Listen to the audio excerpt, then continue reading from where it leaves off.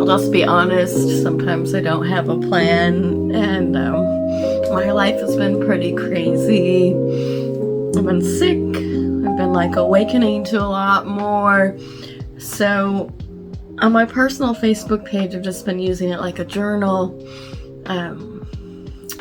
And I want to read the entry from September 28th as a voiceover.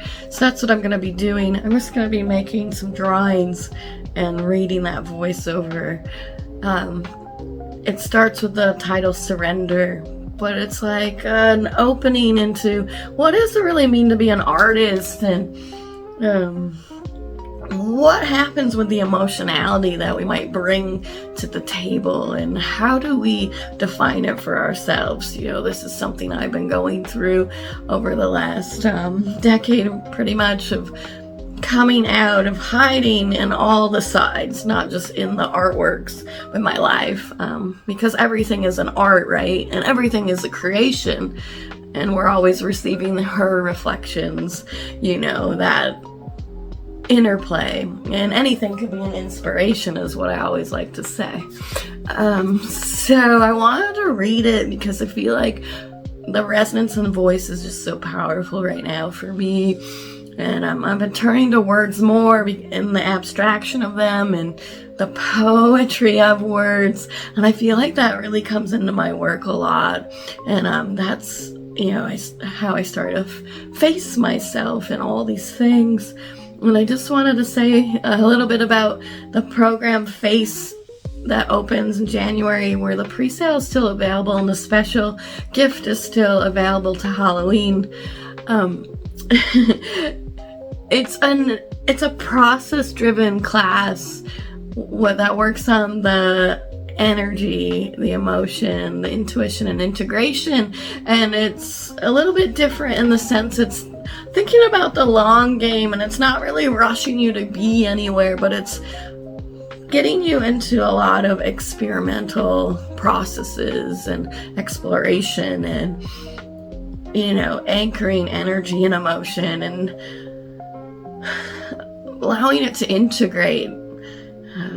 So it's something that I developed through my two lives, my love for abstract art and non-representational drawing, and my love for shamanism and spiritual practices and the beyond.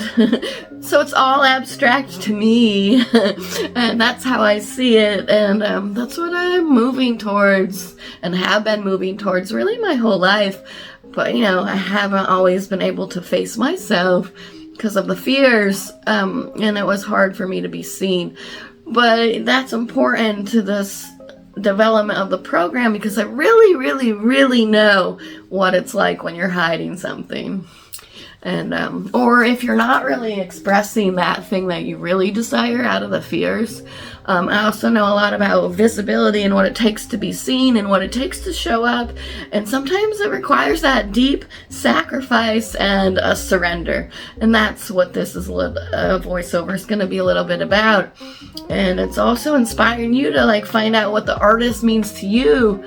You know, because who decides in the end? You decide, I decide, we all decide, and then we can learn to celebrate that in the process of it all. And that's exciting and what I'm interested and focused on. And so let's just get going here. So I wrote this on September 28th at 5:50 a.m. I've been using my personal Facebook page. That's NATALIE DADAMIO. You can come find me if you want to be my friend. I've been using my personal Facebook as a journal. And I'm just going to read September 28th's entry now. Surrender. Yesterday I went to a special place that I remember through my beingness. It's a place that always holds me. I've been going to the banks of the river all my life. Unbeknownst to me, it was a natural pull and draw. And I didn't always understand why. I always gravitated towards that particular place as a child. As a child, my deep sadness and melancholia brought me here so many times. And at the times, I didn't understand the healing power of the elements. Looking back, I can clearly see now that sometimes things just enter at the right time and we don't always receive an answer until years later. They also come at the wrong time, too. A true story and tale of life's foreshadowing, parentheses.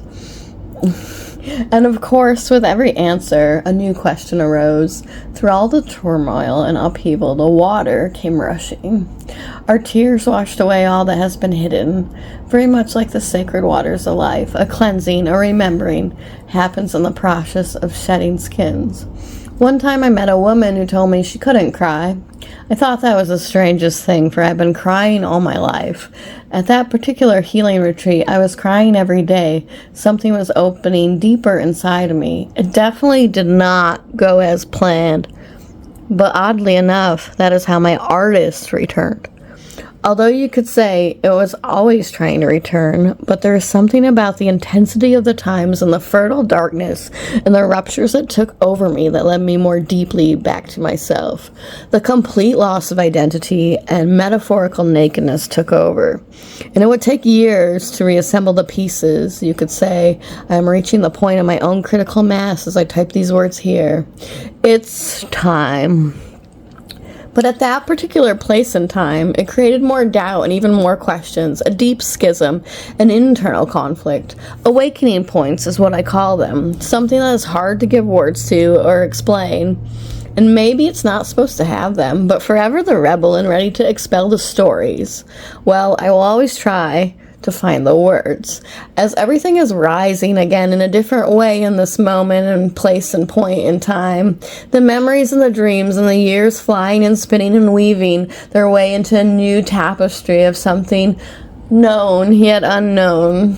They are creating these reflections and new compulsions for myself to say what it is and has been for me, to use my voice in my own sacred way, to tend to the garden in my heart through the way of art and creation herself.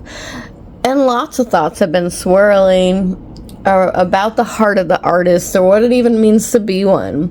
What does it mean to say, I am an artist? To be an artist? Who decides? Who defines it? I am not too sure anyone can define it except the artist, which is strange because, well, there are so many definitions, whether put upon us, dictated by history or opinions and judgments even. It's a strange job. In some sense, art arrives and is derived from the ephemeral. There is a compulsion where the individual cannot look away, and the muse enters at all hours of the night. It's in constant motion and flow, like breathing. Messages arrive. So lately I thought to myself also, perhaps the artist's job is to simply deliver the messages and then let go of everything they thought they knew about them. Receiving is such a gift, but not everyone sees it. The artist is, in a way, receiver of something more than, yes, even at times words, but words can also become part of the art. Also a conundrum for me. Sometimes I wake in the middle of the night with words filling my brain and I run rushing to write them down. And sometimes the colors form before the image. Sometimes I can see the image so clearly in a simple, unpredictable moment. The way someone laughs or the way someone says something, the happenstance of the way things fly together. It's the artist's job to catch the little moments and return them, but they can't control if anyone else sees it too. The paradox. So I suppose the artist brings things into clearer view. The artist is in constant relationship with the impermanence and expressive nature of being. The artist can't look away, even when it hurts. They will enter the darkness and bring back the treasure. The artist can't run away.